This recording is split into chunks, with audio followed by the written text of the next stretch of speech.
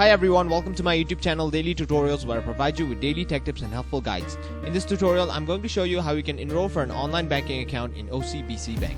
First, make sure you have a good internet connection and it's working properly. Then go ahead and open up a web browser. On the search bar, type in ocbc.com and then press enter. Now once you land on this page, click on the option that says login on the top right corner and then click on personal banking. Now here, to get enrolled, you have to click on the link that says sign up now, which is right here.